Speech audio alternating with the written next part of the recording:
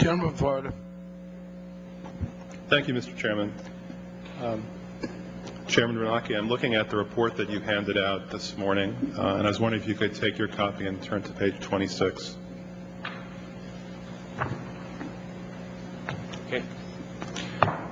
There's a table on page 26 which consists of your balance sheet, and one of the entries on the balance sheet is under assets, central bank liquidity swaps, which shows an increase from the end of 2007 from $24 billion to $553 billion in change at the end of 2008. What's that? Those are swaps that were done with foreign central banks. Many foreign banks import dollars and drive up interest rates and create volatility in our markets. With a number of major central banks, like the European Central Bank, for example, we swap our currency, dollars, for their currency, euros. They take the dollars, lend it out to the banks in their jurisdiction. That helps bring down interest rates in the global market for dollars. And meanwhile, we're not lending to those banks. The central bank is responsible for repaying us. So who got the money? To financial institutions in Europe and other countries.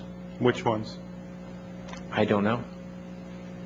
$500 billion, and you don't know who got the money? The loans go to the central banks, and they then put them out to their institutions to try to bring down short-term interest rates in dollar markets around the world. Well, let's start with which central banks got the money.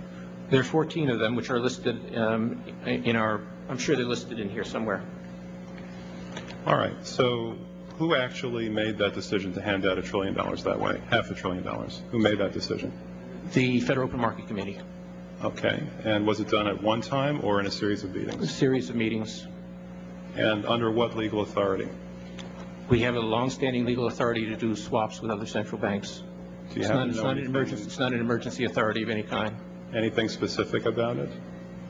Do you know my counsel says Section 14 of the Federal Reserve Act.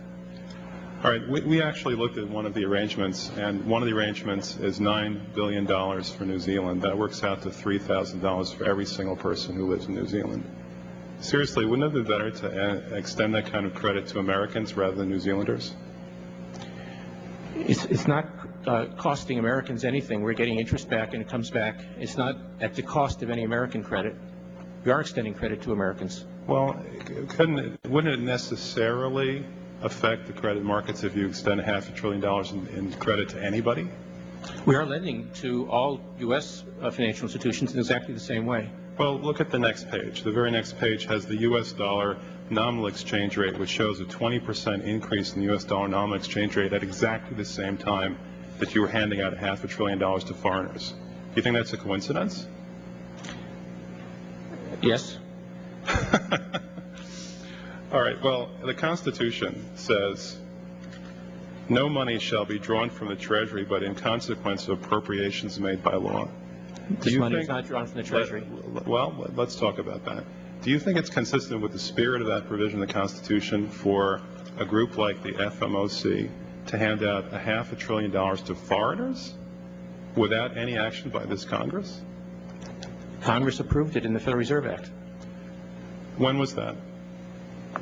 Quite a long time ago. I don't know the exact date. 100 years ago? The original act is 1914, I believe. I don't know whether this provision was in 1914 or not, but the Federal Reserve Act was in 1913. All right, and at that time, the entire gross national product of this country was well under $500 billion, wasn't it? I don't know. Is it safe to say that nobody in 1913 contemplated that your small little group of people would decide to hand out $500 billion to foreigners? This particular authority has been used numerous times over the years.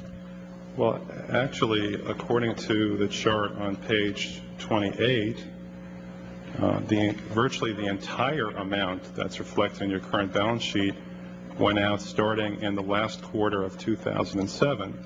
And before that, going back to the beginning of this chart, the amount of lending was zero to foreigners.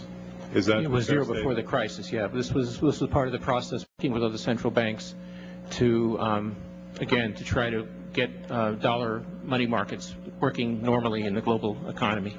All right, my time is very limited. The gentleman's More time limited than I is expired. The gentleman Thank from New you, York. Mr. Chairman. Thank you very much, Mr.